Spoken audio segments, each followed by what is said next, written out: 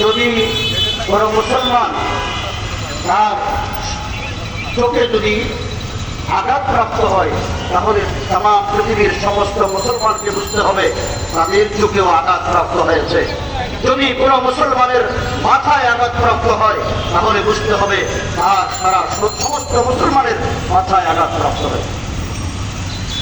আজকে আমরা এমন হয়ে গেছি যে আমাদের ভিতরে মানবতা বোধ নাই, আমাদের ভিতরে মনুষ্যগামী নাই, যার কারণে এই ফিলিস্তিনের মুসলমানদের উপরে যেই পরিমাণ নির্যাতন নিপীড়ন হচ্ছে, যেই পরিমাণ অত্যাচার জুলুম হয়েছে, যেই পরিমাণ গণহত্যা দীর্ঘ ৭২ বছর পর্যন্ত এই চারজ ইসরায়েলি রাষ্ট্র চালাচ্ছে, তার মোকাবেলায় আজকে মানবতার যারা পদাধারী পশ্চিমা মোড়লরা কথা বলছে না, মুসলিম দেশগুলো কথা বলছে না।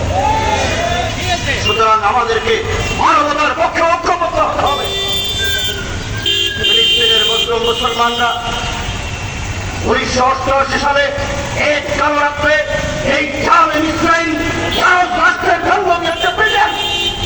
আজকে এই চারজ রাষ্ট্রকে প্রতিষ্ঠিত করার জন্য পৃথিবীর মানচিত্র থেকে ফিলিস্তিনের সেই ভূমিকে উচ্ছেদ করে মুসলমানদের অস্তিত্বকে বুঝে দেওয়ার চক্রান্ত করছে। কিন্তু এই পশ্চিমা মোড়ল দেশগুলো আজকে ইসরায়েলের মতো সন্ত্রাসী রাষ্ট্রের মুখ্য অবস্থান নিয়েছে, মুসলিম ফিলিস্তিনের বিরুদ্ধে তাদের অবস্থান স্পষ্ট করেছে। সুতরাং আজকে ফিলিস্তিনের মুসলিম মানুষের শিশু নারীদের নির্যাতন নিপীড়নের কথা আপনারা শুনেছেন। আজকে ফিলিস্তিনের মুসলিম মুসলমানরা ইসরায়েলের সন্ত্রাসী আগ্রাসনের শিকার, আর পৃথিবীর বৃহত্তম মুসলিম রাষ্ট্র এই বাংলাদেশ হলো ব্রাহ্মণ্যবাদী আধিপত্যবাদী আগ্রাসী ভারতের শিকার। সুতরাং ফিলিস্তিনের মুসলিম মুসলমানের পক্ষে, ফিলিস্তিনের স্বাধীনতার পক্ষে আমরা যেমন কথা বলছি, বলবো ইনশাআল্লাহ এই বাংলাদেশের আগ্রাসী শক্তির বিরুদ্ধে, যারা এদেশের মাটি ও মানুষের বিরুদ্ধে ষড়যন্ত্র করে, যারা দেশের স্বাধীনতাকে বিপন্ন করে দিতে চায়, যারা বাংলাদেশের উপরে আগ্রাসন চালায়, তাদের বিরুদ্ধেও আমাদের ঐক্যবদ্ধভাবে লড়াই করতে হবে। সংগ্রামী সাথী ও বন্ধুগণ, আমাদের নবী মানবতার নবী। পৃথিবীর মুসলমানদের উপরে নির্যাতন করলে তাদের পক্ষে কথা বলবো, তা আমাদের নবী শিখায় নাই। আমাদের নবী শিক্ষা দিয়েছেন পৃথিবীর যেখানে যেখানে কোন মানুষের উপরে আঘাত আসবে, জুলুম হবে, অত্যাচার হবে, তাদের পক্ষে মুসলমানরা কথা বলবে।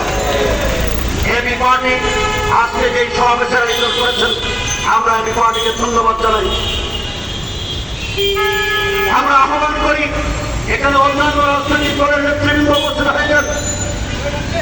এই দেশের সকল মানবতাবাদী, সকল অত্যাচারের বিরুদ্ধে যারা কথা বলেন, তাদেরকে ঐক্যবদ্ধ হয়ে ফিলিস্তিনের মুসলিম মুসলমানের পক্ষে আমরা ঐক্যবদ্ধভাবে কর্মসূচি নেই। প্রত্যেক রাজনৈতিক দল মাঠে নামি। আজকে সরকার মুখে ফিলিস্তিনের পক্ষে কথা বলে, কিন্তু তাদের চরিত্র হলো মুনাফিকি চরিত্র। এই মুনাফিকি চরিত্রের বিরুদ্ধে যদি মানবতার পক্ষে লোকরা কথা না বলে, তাহলে এই মুনাফিকরা আগামী দিনে আমাদের উপর অত্যাচার প্রয়োগ করবে। সুতরাং এবি পার্টির আজকে সমাবেশে যারা উপস্থিত হয়েছেন, সবাইকে আন্তরিক ধন্যবাদ এবং মোবারকবাদ জানিয়ে আগামী দিনের সকল জুলুম অত্যাচারের বিরুদ্ধে ঐক্যবদ্ধভাবে মাঠে নামার অঙ্গীকার করে আমার বক্তব্যকে শেষ করছি। ওয়া মা আলাইনা ইল্লাল বালাগ। আসসালামু আলাইকুম ওয়া রাহমাতুল্লাহ।